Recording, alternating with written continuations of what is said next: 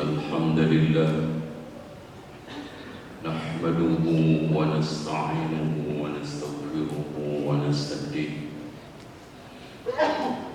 ونعوذ بالله من شرور أنفسنا وسيئات أعمالنا من يهده الله فلا مضل له ومن يضلل فلا هادي له أشهد أن لا إله إلا الله وحده لا شريك له وأن محمدا عبده ورسوله قال الله عز وجل يا أيها الناس اتقوا ربكم الذي خلقكم من نفس واحدة وخلق منها زوجها وبث منهما رجالا كثيرا ونساء واتقوا الله الذي تساءلون به والأرحام إن الله كان عليكم رقيبا وقال عز وجل يا أيها الذين آمنوا اتقوا الله حق تقاته ولا تموتن إلا وأنتم مسلمون وقال تبارك وتعالى يا أيها الذين آمنوا اتقوا الله وقولوا قولا سديدا يصلح لكم أعمالكم ويغفر لكم ذنوبكم ومن يطع الله ورسوله فقد فاز فوزا عظيما أما بعد فإن خير الحديث كتاب الله وخير الهدي هدي محمد صلى الله عليه وسلم وشر الأمور محدثاتها وكل محدثة بدعة وكل بدعة ضلالة وكل ضلالة في النار. Hadirin sekalian, di antara konsekuensi mengimani perkara gaib yang itu tidak bisa dicerna melalui logika dan empirik, hanya dengan wahyu. Di antara sekian yang dituturkan oleh wahyu adalah alam kubur. Bahkan pernah dituturkan kepada Utsman ibnu Affan, ya, ketika saat ziarah kubur, beliau menangis. Lalu ditanya, wahai Amirul Mukminin, dituturkan kepadamu tentang surga neraka tidak menangis, kenapa engkau melihat kuburan menangis? Maka beliau mengatakan, qala Rasulullah sallallahu alaihi wasallam. Rasulullah sallallahu alaihi wasallam mengatakan, innal qabra awwalu manzilatin min manazilil akhirah. Sesungguhnya kuburan itu adalah rintangan pertama kali akhirat. Jadi pintunya akhirat itu kuburan, alam kubur. Wa iyanju minhu fama ba'dahu aisar, siapa yang selamat di situ setelahnya lebih mudah. Wa illam yanju minhu fama ba'dahu ashad, siapa yang tidak, maksudnya tidak selamat, maka setelahnya lebih berat. Oleh karena itu Al-Hasanul Basri mengatakan ada 2 hari 2 malam yang belum pernah dialami orang yang hidup. Semalam kita pertama kali memasuki alam kubur. Semalam ketika kita merasakan kiamat. Karena ini dari ucapan Al-Hasanul Basri, guncangan pertama kali kiamat itu malam. Dan itu Jum'ah. Karena Rasulullah mengatakan tegaknya hari kiamat itu yaumul Jum'ah. Dan 2 hari pertama seorang masuk ke dalam surga, dan hari yang kedua pertama kali seorang masuk ke dalam neraka. Hadirin sekalian, kita itu memiliki 2 hunian. Hunian 1 di atas bumi, hunian 1 di bawah bumi. Lalu ada orang yang bertanya, berapa lama kamu tinggal yang di atas bumi sampai mati? Kalau kita sekarang umur 65, jatah 70, berarti kurang 5 tahun lagi tinggal di Cilangkap. Dan berapa lama lagi kamu tinggal di hunian di bawah bumi sampai kiamat. Andaikan di antara kita mati hari ini, kiamat kurang 1 juta tahun umpamanya, itu umur kuburan tok 1 juta. Dan bepergian ke alam kubur itu jauh, buktinya nggak ada yang bisa balik. Nggak ada ceritanya orang yang mati hidup lagi. Makanya Rasulullah menekankan kepada kita, ista'idhu min adzabil qabri. Memohonlah perlindungan kepada Allah dari azab kubur, karena kuburan itu ada azabnya, ada nikmatnya. Dan masing-masing itu ada sebabnya. Dan semua orang ditanya, ya, man rabbuka wa man ladzi ursila ilaika wa madinuka, siapa Tuhanmu, siapa yang diutus kepadamu, dan apa agamamu. Dan pertanyaan ini Pak, bukan pertanyaan kuis, disiapkan 1 hari sebelum mati itu beres. Saya ujian nasional 50 soal aja selesai kok. Enggak, ini pertanyaan konsekuensi. Siapa yang ketika hidupnya tidak tahu menahu dan tidak mengenal, apalagi sekarang menunaikan hak-hak Allah, maka enggak mungkin bisa sportif mengatakan Tuhan saya itu Allah. Selama di dunianya, agama cuma dijadikan KTP, merek dunia, status, dia enggak akan bisa gentle mengatakan agama saya Islam. Dan tidak akan bisa tegas mengatakan Nabi saya adalah Muhammad. Sunnahnya tidak diamalkan, ajarannya tidak diikuti. Hadirin sekalian yang dirahmati Allah, di dalam pandangan Islam, ruh itu ketemu pisah dengan jasad itu 5 kali periode. Periode pertama ketika saat ketemu di alam rahim. Awalnya itu roh itu pisah dengan jasad. Dan Allah menciptakan roh dulu baru jasad. Dan itu sejak Nabi Adam diambil sumpah, alastu bi rabbikum, qalu bala syahidna. Terus kemudian pisah, ketemu lagi di alam dunia. Maka kondisi roh dengan jasad itu beda watak. Kalau di alam rahim dibungkus 9 bulan masih hidup. Kalau sampean sekarang dibungkus di dunia 3 hari di karung mati. Itu menunjukkan beda watak. Nanti ketiganya ketemu pisah di alam mimpi. Makanya ketika orang mimpi itu bertemu roh dengan roh. Orang hidup dengan hidup, orang hidup dengan orang mati, itu bisa ketemu. Dan ini keyakinan kaitannya dengan orang yang agamis. Kalau orang ateis nggak percaya. Kemudian nanti pisah lagi ketika mati. Dan ketika mati dicabut rohnya melalui kepalanya. Makanya Rasulullah mengatakan, innar ruha idza qubidha tabi'ahu al-basar. Ruh itu ketika dicabut diikuti pandangan. Kemudian nanti ketemu lagi di alam kubur. Dan ini juga beda wataknya. Ya, beda wataknya. Dari situlah dia ditanya, kemudian yang lolos dibukakan pintu menuju surga. Datang bau semerbak wanginya dan diberikan pakaian permadani juga dari surga. Lalu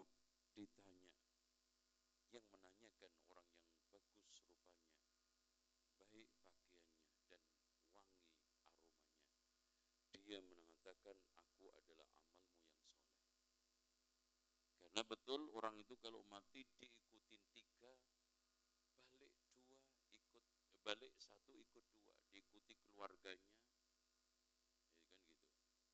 Terus kemudian amalnya, ya. Kemudian balik keluarganya, diikutin apa? Amalnya, diikutin seluruh apa saja yang sekarang harus dipertanggungjawabkan di akhirat. Summa latus'alunna yawma idzin 'anil na'im. Diikutin hartanya balik, balik dua, hartanya sama keluarganya yang ikut amalnya. Fa may ya'mal misqala dzarratin khairan yarah wa may ya'mal misqala dzarratin syarran yarah. Nah, setelah ditanya beres, yang baik menjawabnya rohnya diangkat ke surga. Diletakkan oleh Allah di surga. Dilepas, dirupakan oleh Allah burung di taman surga. Nanti ketika idza zulzilatil ardu zilzalaha, dikembalikan lagi ke masing-masing jasadnya. Dan Allah Maha mampu. Coba aja, hanya hujan, sekali hujan, tanaman yang mati, Allah kembalikan, hanya tinggal biji dan akar.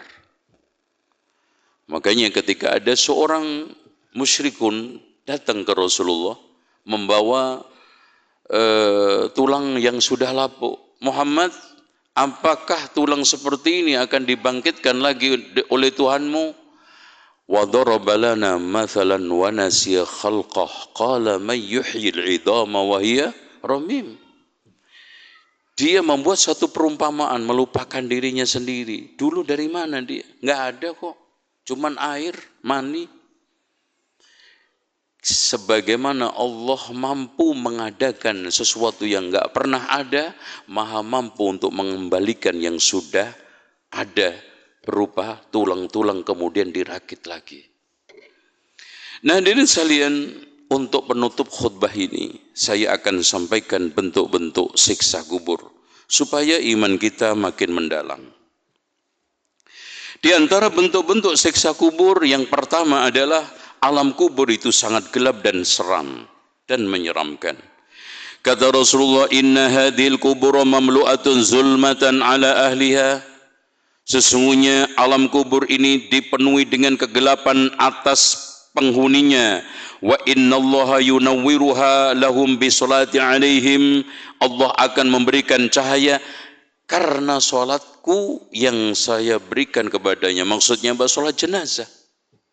Makanya kalau diminta saudaranya untuk solat jenazah ketika mati, jangan malas-malas. Syafaat itu. Kita mungkin nggak bisa memberikan kebaikan dunia selama hidupnya. Terakhir hadiahkan doa-doa ikhlas kita. Salat yang tulus supaya menjadi cahaya. Kemudian siksa yang kedua adalah dipukul dengan palu godam besi. Al-abdu idza wudi'a fi qabrihi, seorang hamba ketika diletakkan di kuburannya, tuwliya penghantarnya pulang, wa dhahaba ashabuhu hatta innahu la yasma'u qur'ani alihim. Mereka mendengarkan seruk terumpah sandalnya. Hatta atahu malakan, kemudian datanglah dua malaikat, fa'aq'adahu, kemudian dia menundukkan, fayaqulani lahu, kemudian ditanya, ma kunta taqulu fi hadzal rajul Muhammad, apa komentar antum terhadap orang yang ini? Tidak lain adalah Muhammad sallallahu alaihi wasallam.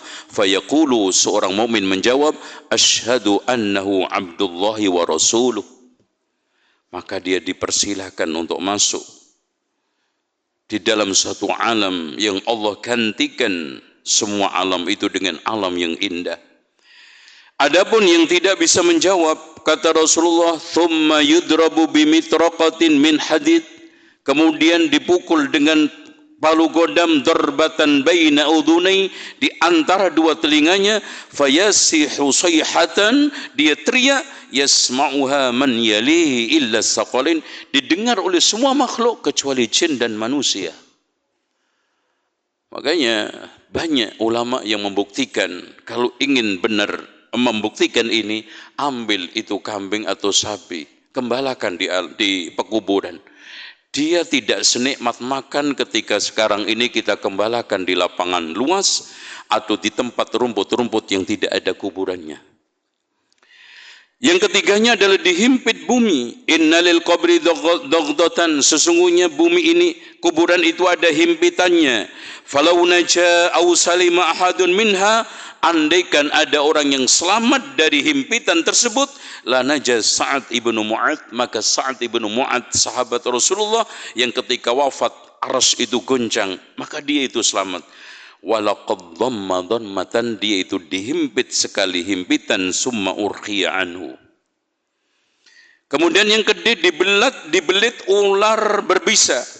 Di dalam hadis Rasulullah SAW yang dikeluarkan oleh Imam At-Tabrani di dalam Al-Mu'jamul Kabir, yursalu 'alal kafir hayyatan, dikirimkan kepada orang kafir itu dua ular, wahidatun min qibali ra'sihi, satu dari arah kepalanya, wa ukhra min qibali rijlaihi, yang satunya di arah kakinya, taqridanihi qardun, yang menggigit dia terus, kullama faragata adata, ketika selesai mulai lagi ila yaumil qiyamah. Ada lagi yang dibakar dengan api, yaitu keluarga bala tentara Fir'aun, yang dikatakan oleh Allah, an-naru yu'raduna 'alaiha ghuduwan wa 'ashiyya, api dinyalakan kepada Fir'aun dan bala tentaranya di alam kubur setiap pagi dan sore. Yang berikutnya azab kubur untuk orang-orang sombong. Bainama rajulun yamsi, ada orang yang berjalan petentang-petenteng, kagum dengan dandanannya, tu'jibuhu nafsuhu murjilatun jummatahu, dan bangga dengan gaya rambutnya, idh khashafallahu bihi, Allah tenggelamkan, fahuwa yatajaljalu, sekarat ila yaumil qiyamah.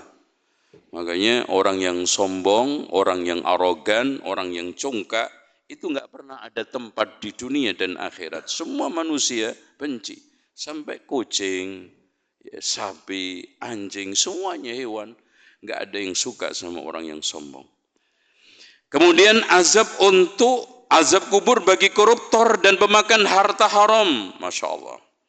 Kata Rasulullah, walladhi nafsi biyadi, demi zat yang jiwaku ada di tangannya, inna syamlata allati akhadaha yawma Khaybar, sesungguhnya secarik kain yang dia ambil dari rampasan perang Khaybar, minal maghanim lam tusibhal maqasim, yang belum dibagi, latashta'ilu alaihi naran, menyala api di alam kuburnya. Bahkan di dalam lafaz lain, satu terumpah sandal, dua terumpah sandal. Bagaimana yang korupsi miliaran? Makanya dari sekalian, mungkin koruptor itu merasa tenang karena dia bisa meringankan hukumannya di dunia, tapi tidak akan bisa meringankan hukum di akhiratnya. Makanya taubat sebelum datang itu semuanya. Demikianlah hadirin sekalian, mudah-mudahan apa yang saya sampaikan bermanfaat. Aqulu qawli hadza wastaghfirullah li wa lakum wastaghfirullahal azim, innallaha wal ghafurur rahim.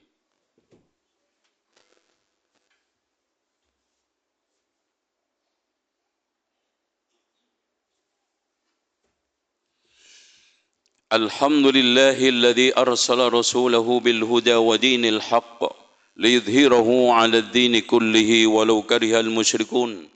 أشهد أن لا إله إلا الله وحده لا شريك له وأن محمدا عبده ورسوله. اللهم صل وسلم وبارك على محمد وعلى آل محمد كما باركت على إبراهيم وعلى آل إبراهيم إنك حميد مجيد. وارض اللهم عن الخلفاء الراشدين أبي بكر وعمر وعثمان وعلي وعن الصحابة والتابعين وتابعين التابعين وجميع علماء المسلمين برحمتك يا أرحم الراحمين. اللهم اغفر للمسلمين والمسلمات والمؤمنين والمؤمنات الأحياء منهم والأموات. اللهم أرنا الحق حقا وارزقنا اتباعه وأرنا الباطل الباطل وارزقنا اجتنابه.